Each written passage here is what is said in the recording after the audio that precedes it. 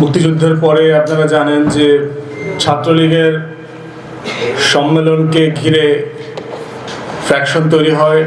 শেখ মুজিব কোন অংশের ছাত্রলীগের প্রোগ্রামে যাবেন, শেখ মুনির অনুসারী ছাত্রলীগের কাছে যাবেন না দাদা ভাই সিরাজুল আলম খান তাদের অনুসারী ছাত্রলীগের ওখানে যাবেন, সেটাকে কেন্দ্র করে ছাত্রলীগ ভেঙে সেখান থেকে জাসদের জন্ম হয়। এবং জাসদ যারা করেছিলেন, আপনারা যারা ইতিহাস জানেন যে তখনকার সময়কার সবচেয়ে মেধাবী তরুণরা বিশ্ববিদ্যালয়ের এবং মুক্তিযুদ্ধ ফেরত, তারা সবাই মুক্তিযুদ্ধে ছিলেন। এবং সেই অংশটাই বাংলাদেশের ইতিহাসে প্রথম রাষ্ট্রকে সশস্ত্রভাবে চ্যালেঞ্জ করেছিল। কারণ তারা যে বাংলাদেশটাকে যেরকম রাষ্ট্রে পরিণত করতে চেয়েছিল, সেই রাষ্ট্রে তারা পরিণত করতে পারে নাই। তো সেই ক্ষোভ আওয়ামী লীগের বিরুদ্ধে এবং শেখ মুজিবের বিরুদ্ধে সশস্ত্র আকারে হাজির হয়েছিল। অতএব দিন শেষে তাদের সেই ক্ষোভটা রাজনীতির বাইরে চলে গেছে, সেখান থেকে রাজনীতি তৈরি হয় নাই। তো সেই উদাহরণটা কেন এখন আমাদের সবাইকে মাথায় রাখা দরকার, সেটা হচ্ছে যে এমন একটা সময় আমরা আছি যে আওয়ামী ফ্যাসিবাদের পতনের পরেও আমরা শেখ হাসিনার বাইরেও আর একটা কাঠামোগত প্রশাসনিক ফ্যাসিবাদ দেখতে পাচ্ছি সব জায়গাতে। গণমাধ্যমের মধ্যে ফ্যাসিবাদ আছে, আমলাতন্ত্রের মধ্যে ফ্যাসিবাদ দেখতে পাচ্ছি, আইন শৃঙ্খলা বাহিনীগুলোর ভিতরে ফ্যাসিবাদের উপকরণ আছে। এবং এই সবগুলো উপকরণ আমরা যারা গণ অভ্যুত্থানের পক্ষে কাজ করেছি আমাদের সবাইকে হতাশ করে এবং প্রচণ্ড ক্ষোভ নাড়া দিয়ে বসে। এবং তরুণদের জন্য এটা পার্টিকুলারলি বেশি চ্যালেঞ্জিং যে তরুণরা আসলে এই ক্ষোভটাকে কিভাবে অ্যাড্রেস করবে বয়সের কারণে। তো সেই রকম আমার মুক্তির লড়াইতে অন্যতম গুরুত্বপূর্ণ ব্যক্তি ছিল হচ্ছে শরীফ ওসমান হাদী। বাংলাদেশের ইতিহাসে সম্ভবত কারো মৃত্যু তরুণ সমাজকে এত প্রচণ্ডভাবে নাড়া দেয় নাই যেমনটা শরীফ ওসমান হাদীর শাহাদাতকে দিয়েছে।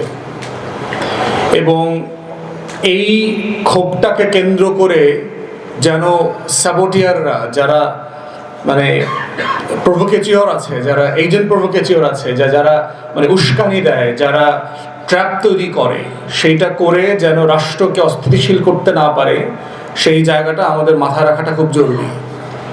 সার্টেনলি আমরা এটার বিরুদ্ধে প্রতিবাদ করব, আমরা বিচার চাইব, আমরা বারবার গণমাধ্যমের সমালোচনা করব, বুদ্ধিজীবীদের সমালোচনা করব, আমরা বাংলাদেশ রাষ্ট্রটাকে যে প্রশাসনিক দালালরা ভারতের চররা বসে ভিতর থেকে ঘুণ পোকার মতো খেয়ে যাচ্ছে তাদের সমালোচনা করব। এবং সেই যৌক্তিক সমালোচনার বাইরে এমন কোনো প্রতিবাদ আমরা এবং আমাদের দল থেকে আমরা কখনোই সমর্থন করব না যেটা দিন শেষে আমার রাষ্ট্র কাঠামোকে দুর্বল করে দেবে। যেই রাষ্ট্রকে আমি বিনির্মাণ করতে চাই, যেই রাষ্ট্রকে আমি তৈরি করতে চাই, যে রাষ্ট্রকে আমার জনগণের করতে চাই, সেই করাটার মধ্যে হোঁচট খেতে হবে এমন কোনো কাজ, বক্তব্য, স্টেটমেন্ট, ফেসবুকে স্ট্যাটাস, কোনো কিছুকে আমরা সমর্থন করি না। আমরা প্রতিনিয়ত দিল্লির আগ্রাসীপনা, দিল্লির আধিপত্যবাদের বিরুদ্ধে কথা বলছি, কিন্তু এর মানে দিল্লির কোনো বিল্ডিং ভাঙা সেইটা ভিয়েনা কনভেনশন মোতাবেক অন্যায় কাজ। ঠিক একইভাবে যেভাবে আগরতলায় বাংলাদেশের অ্যাম্বাসিতে অ্যাটাক করাকে আমরা সমর্থন করি না, ঠিক একইভাবে দিল্লির আধিপত্যবাদের বিরুদ্ধে সোচ্চার থাকার পরেও দিল্লির হাই কমিশনে ঢিল মারা, সেখানে ঢুকে ধ্বংস করে দেবার হুমকি দেয়া, অথবা অন্য কোনো রাষ্ট্রের টেরিটোরিয়াল সভরেন্টিকে চ্যালেঞ্জ করার রাজনীতিতে আমরা বিশ্বাস করি না। অতএব রাজনীতিটা একটা সেন্সেবল জায়গাতে আমার এই পলিটিক্সটা করতে হবে। কোথায় প্রতিবাদ করতে হবে, কার বিরুদ্ধে প্রতিবাদ করতে হবে, কোন ভাষায় এবং কোন মাত্রায়, সেই মাত্রা জ্ঞানটা থাকার মধ্যেই হচ্ছে রাষ্ট্রের নাগরিক হয়ে ওঠা, রাজনৈতিক দল আকারে, ব্যক্তি আকারে সচেতন ভূমিকা পালন করার দায়। এবং এই দায়টা সবসময় বেশি থাকে যখন রাষ্ট্র একটা ক্রিটিক্যাল জায়গাতে থাকে, একটা ক্রান্তি লগ্নে থাকে। এবং আমরা এমন একটা সময়ে বাস করছি যেই সময়টাতে আমাদের শত্রুরাই চাচ্ছে যে এই রাষ্ট্রটাকে কিভাবে এলোমেলো করে দেওয়া যায়, অরাজকতা তৈরি করা যায়। আপনারা এস আলমের সাথে শেখ হাসিনার মিটিংয়ের কথা জানেন, 4000+ কোটি টাকা ইনভেস্ট করা হচ্ছে শুধুমাত্র বাংলাদেশটাকে অস্থিতিশীল করবার জন্য, অরাজকতা তৈরি করবার জন্য। অতএব এই যে যত ভাঙচুর দেখছেন, এই ভাঙচুরের মধ্য দিয়ে ইনকিলাব আসলে জিন্দাবাদ হবে না। এটা হচ্ছে ভারতের রাজনীতি, দিল্লির আধিপত্যবাদের যে উস্কানি, সেইটা সফল হওয়ার সম্ভাবনা বেশি হবে। অতএব কোন জায়গায় প্রতিবাদ করতে হবে, কোন মাত্রায় প্রতিবাদ করতে হবে, কার বিরুদ্ধে প্রতিবাদ করতে হবে, সেই জায়গাটা আমাদের বোঝাটা খুব জরুরি। সাংবাদিকদেরকে এক জায়গাতে আটকে পড়ে দগ্ধ হয়ে মরে যাওয়ার প্রতিবাদের ভাষা হইতে পারে না, এটা প্র্যাকটিক্যাল না। কিন্তু আমরা গণমাধ্যমের যে ফ্যাসিবাদী আচরণ ছিল গত 16 বছর, সেটা অবশ্যই প্রতিবাদ করব। এবং এই গণমাধ্যম কিভাবে বাংলাদেশে জঙ্গি নাটক করেছে, এই গণমাধ্যম কিভাবে দিল্লির আধিপত্যবাদের বয়ান কায়েম করেছে, এই গণমাধ্যম গবেষণা সংস্থাগুলো কিভাবে দিল্লির কাছে বিনামূল্যে ট্রানজিট দিলে আমরা সিঙ্গাপুর হয়ে যাব, সেই গল্প আমাদেরকে শিখিয়েছে। এই গণমাধ্যম কিভাবে আমাদের দেশের আলেম ওলামায়ে কেরামদেরকে হত্যাযোগ্য করে তুলেছে। এই গণমাধ্যম বাংলাদেশের গবেষণা সংস্থাগুলো বাংলাদেশকে কিভাবে একটা জঙ্গি রাষ্ট্রের তকমা দিয়ে সারা পৃথিবীতে পরিচয় করিয়ে দিয়েছে, তার প্রত্যেকটা বিষয় আমাদেরকে এক্সপোজ করতে হবে, সকল গণমাধ্যমের যারা যারা এই কাজ করেছেন। কিন্তু এর মানে এটা না যিনি এটা তৈরি করেছেন তাকে না আগুনে পুড়িয়ে মেরে ফেলার বন্দোবস্ত করতে হবে, এটা প্রতিবাদ না। এটা আমাদের ধর্ম, বিশ্বাস, এটা আমাদের কালচার, এটা গণতন্ত্র, কোনো কিছুর গ্রামারের মধ্যে পড়বে না।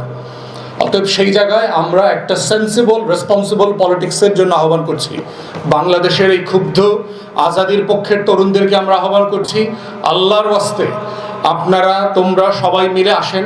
আমরা আজাদির লক্ষ্য হচ্ছে বিনির্মাণ, সাম্য, মানবিক মর্যাদা, সামাজিক সুবিচার, তার ভিত্তিতে একটা বাংলাদেশ তৈরি করবার লড়াই। সেই লড়াইটা শুধুমাত্র একটা বিল্ডিং ভেঙে দিয়ে হবে না, এই লড়াইটা মগজের লড়াই, এই লড়াইটা ভাষার লড়াই, বয়ানের লড়াই, এই লড়াইটা বুদ্ধিভিত্তিক চর্চার লড়াই, এই লড়াইটা অন্যের থেকে ভালো গণতান্ত্রিক রাষ্ট্র বিনির্মাণের লড়াই, এই লড়াইটা অন্যদের তুলনায় ভালো সৎ ভালো নাগরিক হবার লড়াই। এবং সেই লড়াইটাই হলো আজাদির এসেন্স। এবং এর বাইরে থেকে যা কিছু করা হবে আমরা ধরে নেব আপনারা এইজেন্ট প্রভোকেটিভ, আপনারা বাংলাদেশ রাষ্ট্রকে অস্থিতিশীল করবার চেষ্টা করছেন, এবং যেটা গণ অভ্যুত্থানের স্পিরিটের মধ্যে না। আমরা যারা আওয়ামী লীগের ধ্বংসাত্মক ইতিহাসের গল্প জানি, এর প্রত্যেকটা ঘটনার সাথে আওয়ামী লীগ জড়িত আছে। ফেসবুকে স্ট্যাটাস দেওয়া, ফেক অ্যাকাউন্ট দিয়ে অমুক জায়গায় আসেন, তমুক জায়গায় আসেন, অমুক বিল্ডিং ঘুরাইয়া দেই, অমুক বিল্ডিং ভেঙে দিব, বুলডোজ করে দেব, সেইটার জন্য হাদির মৃত্যুর সাথে কিসের সম্পর্ক? মৃত্যুর জন্য তো রেসপন্সিবল লোকদেরকে আইডেন্টিফাই করা হয়েছে, তাদেরকে সার্চ করা হচ্ছে। আমরা সরকারের সমালোচনা করেছি যে আপনার বাংলাদেশের ডিপ স্টেটের অনেক উপকরণ আছে, তারা যদি এই ঘটনা ঘটতে না দিত, এই ঘটনাটা ঘটতে পারার কথা না। কোনো না কোনো ফর্মে তারা এই ঘটনাটা ঘটতে দিয়েছে, তাদেরও সমালোচনা আমরা করব। কিন্তু এই মানে এটা না যে এটা করতে গিয়ে আমরা সীমা অতিক্রম করব এবং বাংলাদেশ রাষ্ট্রকে অস্থিতিশীল করে দেব। এবং করার পর দেখেন বারবার কি হয়েছে। জাসদের সেই ধ্বংসাত্মক, জাসদ তৈরি করেছে কারা, পরবর্তীতে আপনারা তো এগুলো জানেন। Phantom of Chittagong, major general উবাংয়ের বই পড়লে আপনারা দেখবেন যে ভারত কিভাবে এই জাসদ নামের সংগঠনটা তৈরি করছে। রক্ষী বাহিনী প্যারালালি তৈরি করেছে, মুজিব বাহিনী প্যারালালি তৈরি করেছে, এরপরে জাসদের হাতে অস্ত্র তুলে দিয়েছে। এবং সেই অস্ত্র তোলা জাসদের কর্মীদেরকে দিয়েই ভারত ইন্ডিয়ান হাইকমিশনে অ্যাটাক করেছে। সবই কিন্তু সে করেছে। কিন্তু দিন শেষে রেজাল্ট কি হয়েছে? রাষ্ট্র আকারে বাংলাদেশ অস্থিতিশীল হয়ে গেছে। যেই বাংলাদেশটা যুদ্ধের পরে দরকার ছিল সবাই মিলে বিনির্মাণের কাজটা করা, লড়াইটা করা, সেই লড়াইটা এখানে হয়নি। এবং এর পিছনে অবশ্যই আওয়ামী ফ্যাসিবাদ দায়ী, মুজিববাদ দায়ী, কোনো সন্দেহ নাই। কিন্তু প্রশ্ন হচ্ছে মুক্তিযুদ্ধ ফেরত হাজার হাজার লক্ষ লক্ষ তরুণ কেন এই বিভ্রান্ত রাজনীতিতে চলে গেছে? অতএব এইটা আজকেও আমাদের জন্য একটা অশনি সংকেত। যদি গণ অভ্যুত্থানের পক্ষের শক্তির একটা ফ্র্যাকশন অস্ত্র হাতে তুলে নেয় এবং সে অস্ত্র দেবার জন্য আমার শত্রুরা রেডি হয়ে বসে আছে, এবং সে অস্ত্রের চালান ইতিমধ্যে বাংলাদেশে চলে আসছে, এবং সে অস্ত্র গণ অভ্যুত্থানের পক্ষের তরুণদের বাড়িতে বাড়িতে গ্যাং করে করে পৌঁছানোর ব্যবস্থা করা হচ্ছে, এগুলো আমরা জানি। ফর গডস সেক গণমাধ্যমকে বলবো, আল্লাহর ওয়াস্তে রেসপন্সিবল সাংবাদিকতা করেন, কাউকে উস্কানি দেবেন না, নেতিবাচক খবর দিয়ে বিভ্রান্ত করবেন না। তরুণদেরকে বলছি, আল্লাহর ওয়াস্তে জেনুইন মিছিল, মিটিং, সমাবেশ, বিদ্রোহ, প্রতিবাদ, যারা যারা ফ্যাসিবাদের উপকরণ বাংলাদেশে আছে তাদেরকে এক্সপোজ করা, গণতান্ত্রিক ফ্রেমওয়ার্কে যা যা অ্যালাউ করে, আমাদের সাংবিধানিক রাষ্ট্রের কাঠামোর ফ্রেমের ভিতরে যা যা অ্যালাউ করে তার সব কিছু করতে হবে। কিন্তু এই ফ্রেমের বাইরে যাওয়া যাবে না। যারা এই ফ্রেমের বাইরে যাবে আমরা ধরে নেব আপনারা ঐতিহাসিকভাবে দিল্লির আধিপত্যবাদ কায়েমের অংশ হিসাবে কাজ করছেন। আপনারা এসালামের টাকায় আওয়ামী লীগের মদদে বাংলাদেশে অরাজকতা তৈরি করবার চেষ্টা করছেন, এবং এটা করা মানে হচ্ছে আপনি বাংলাদেশের গণ অভ্যুত্থানকে ব্যর্থ করবার চেষ্টা করছেন। এবং এই ফ্রেমটা বোঝাই হচ্ছে আজকের দিনে শহীদ হাদির শাহাদাতের সাথে সবচেয়ে বড় ইনসাফ করা হবে। যারা যেই নাগরিকরা শুধু এই রাজনীতির ফ্রেমটা বুঝবেন যে আপনার শত্রুরা এইরকম একটা সেন্সিটিভ টাইমে আপনাকে দিয়ে আসলে কি করাতে চাচ্ছে, কি বুস্টটা দিতে চাচ্ছে। এবং দুনিয়াতে এরকম হাজারো ঘটনা ঘটেছে যে এরকম বড় বড় ঘটনার পরে কিভাবে সেই গণ অভ্যুত্থান, সেই বিদ্রোহ, বিপ্লবের পক্ষের শক্তিদেরকে স্যাবোটাজ করানো হয়েছে, ভুল বোঝানো হয়েছে, মিসগাইড করা হয়েছে। এবং এটা করার মধ্য দিয়ে সেই রাষ্ট্র, বিপ্লব, যুদ্ধ, বিদ্রোহ, গণ অভ্যুত্থান প্রত্যেকটা জিনিস ব্যর্থতায় পর্যবেসিত হয়ে গেছে। দেশ গৃহযুদ্ধের দিকে চলে গেছে, দুই পক্ষ অস্ত্র তুলে নিয়েছে। এবং আমরা দেখতে পাচ্ছি প্রশাসন এতটা নীরব ভূমিকা পালন করছে। আইন শৃঙ্খলা বাহিনীর প্রত্যেকটা ফোর্স, যৌথ বাহিনী, ম্যাজিস্ট্রেসি নিয়ে 1 বছরের উপর ধরে বসে আছে, দেশে আইন শৃঙ্খলার কোনো অবনতি হচ্ছে না। পুলিশ বাহিনী, র্যাব, আমাদের ইন্টেলিজেন্স এজেন্সি, আমাদের ব্যুরোক্রেসি প্রত্যেকে এমনভাবে কাজ করছে আইন শৃঙ্খলা বাহিনীকে অ্যাড্রেস করা, মানুষের ক্ষোভকে অ্যাড্রেস করবার ন্যূনতম কোনো আয়োজন দেখতে পাচ্ছি না। এবং এটা আরেকটা অশনি সংকেত, তরুণদেরকে এই মেসেজ দিচ্ছে যে এই রাষ্ট্র আমার চোখের পানিকে কোনো দাম দেয় না, এই রাষ্ট্র আমার মিছিলকে 1 ফোঁটার দাম দেয় না, এই রাষ্ট্র আমার প্রতিবাদ, আমার কষ্ট, আমার ক্ষোভ, আমার বিদ্রোহ কোনো কিছু সে ভ্যালু করে না। অতএব এই রাষ্ট্রকে আমি রাষ্ট্র মনে করি না, এখন আইন আমার হাতে তুলে নিতে হবে। এই যৌক্তিকতার প্রশ্নের মধ্য দিয়ে হচ্ছে পৃথিবীতে গৃহযুদ্ধ হয়, পৃথিবীতে সিভিলিয়ান অংশ অস্ত্র হাতে তুলে নেয়। এবং সেই আয়োজন অন্তর্বর্তীকালীন সরকারের সময় রাষ্ট্রের বিভিন্ন প্রশাসনিক জায়গা থেকে আমরা দেখতে পাচ্ছি। বিভিন্ন ইস্যুতে আমরা কথা বলে দেখেছি, law enforcement agency absolutely silent. কোনো রাষ্ট্রীয় বিচার ব্যবস্থাপনার কোনো অংশীদারিত্ব তাদের মধ্যে দেখতে পাচ্ছি না।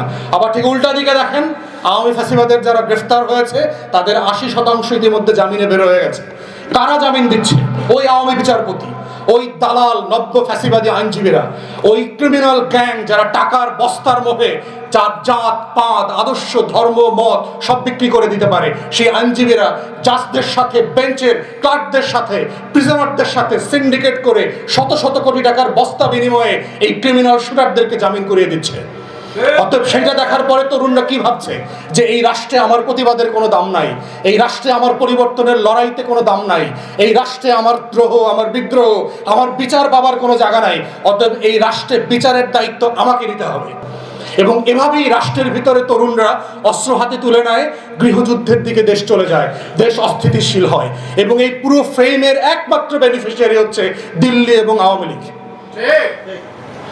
অতএব আজকে এই বাস্তবতায় আমাদেরকে অত্যন্ত সেন্সিবল আচরণ করতে হবে। আমরা কি বলি, আমরা কি লিখি, আমরা কোন ভাষায় প্রতিবাদ করছি, কার বিরুদ্ধে প্রতিবাদ করছি, প্রত্যেকটা শব্দ যেন গণ অভ্যুত্থানের পক্ষে থাকে, আপনার আজাদির লড়াইয়ের পক্ষে থাকে। এই লড়াই অত্যন্ত লম্বা, অত্যন্ত কৌশলগতভাবে ফাইট করতে হবে। এবং এই লড়াইতে আমাদের শত্রু মিত্র চেনার যে লড়াই, এর বাইরের ফ্রেমে গিয়ে যেন আমরা শত্রুর পারপাস সার্ভ না করি। সেটাই হচ্ছে আজকের শহীদ হাদির শাহাদাতের জন্য যে আমানত আমাদের কাছে রাখা আছে, এই আমানত পূর্ণাঙ্গ হবে। গণ অভ্যুত্থানের পরবর্তী প্রথম শহীদ হাদিও একইভাবে বাংলাদেশকে নতুন করে জাতির কাছে ফুটিয়ে তুলবে। এবং তার সামনের যে রাস্তা আছে, সড়ক আছে, প্রয়োজনে আমরা প্রস্তাব করছি আপনারা সেই সড়কের নাম পরিবর্তন করে শহীদ ওসমান হাদি সড়ক করেন। আমরা অন্তর্বর্তীকালীন সরকারকে বলবো এগুলো বিবেচনায় নেন এবং তরুণদের বিদ্রোহ, তরুণদের মধ্যে যে প্রচন্ড ক্ষোভ আছে সেগুলো ন্যায্যতার সাথে অ্যাড্রেস করেন। তা না হলে পুরো রাষ্ট্র ভেঙে পড়ার আশঙ্কা আমরা করছি। সবাইকে অসংখ্য ধন্যবাদ। আসসালামু আলাইকুম।